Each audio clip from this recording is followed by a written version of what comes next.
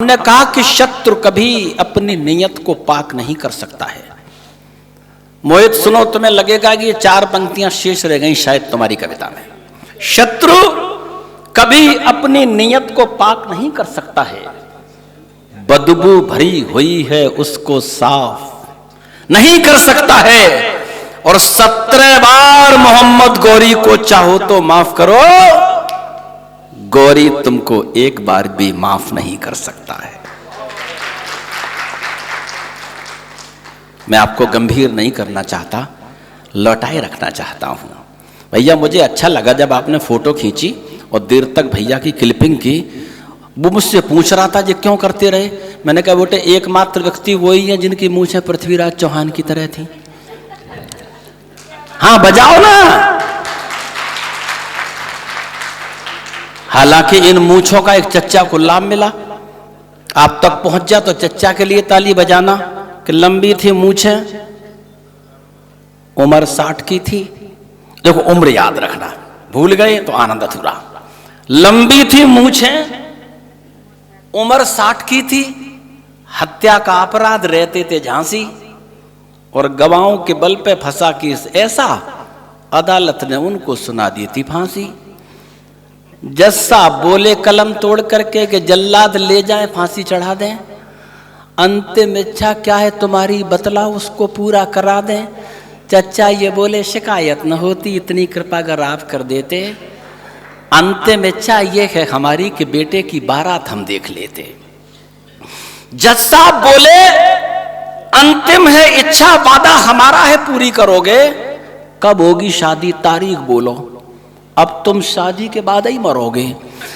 चच्चा ये बोले आभारी हम, मजा लेना, अब आप पे ताली रुके तो रोकना।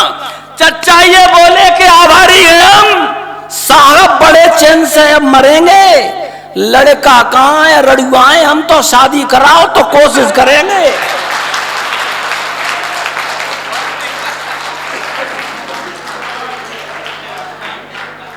भाई बहुत अच्छा लगा, आपने मान रखा।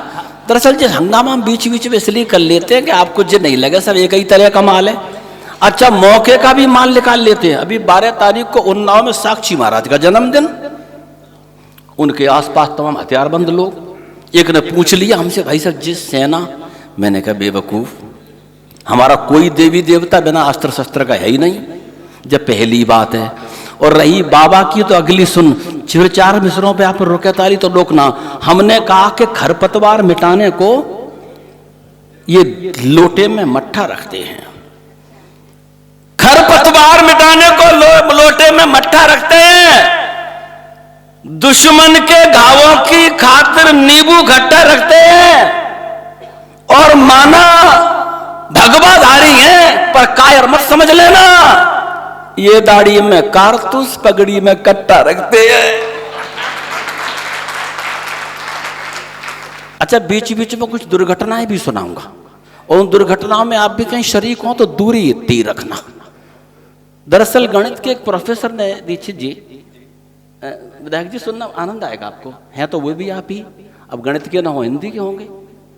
गणित के एक प्रोफेसर ने शादी के सिल्वर जुबली मनाई, मेरे जैसे सनीचर दोस्त बुलाई, पूरी ससुराल बुलाई, और खुशी से बोले कि हम हर्ष से फूले जा रहे हैं, आज अपनी शादी की 25वीं वर्षगांठ मना रहे हैं।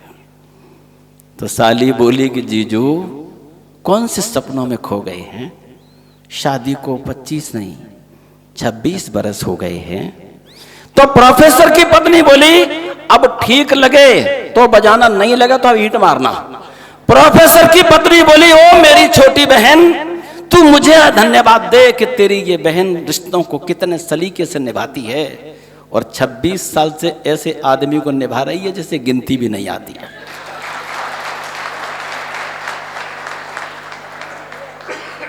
ये बहुत अच्छा लगा। आओ इस सिलसिले को शुरू वहां से करना चाहते हैं। मैंने अभी मोहित से कहा बेटा तू कविता पढ़ेगा, जो बोला दादा पहले ये देख तो लें कि यहाँ के लोग सुनते क्या हैं और लोग सुनाते क्या हैं।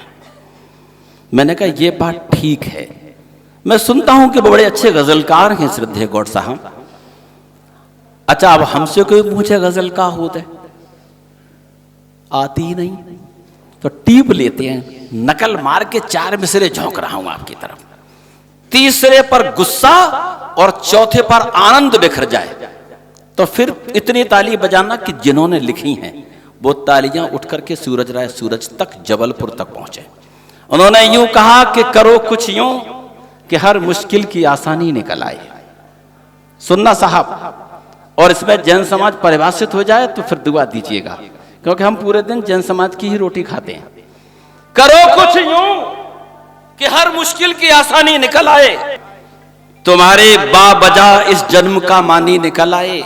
अब पंक्ति सराहना, आपके हाथ खुल जाएंगे, मैं दावा करता हूं, तुम्हारे बाबजा इस जन्म का मानी निकल आए, और किसी को भी रुलाने का तरीका मैं बताता हूं, हंसाओ यूं कि उसकी आंख से पानी निकल आए। बहुत बहुत अभिनंदन।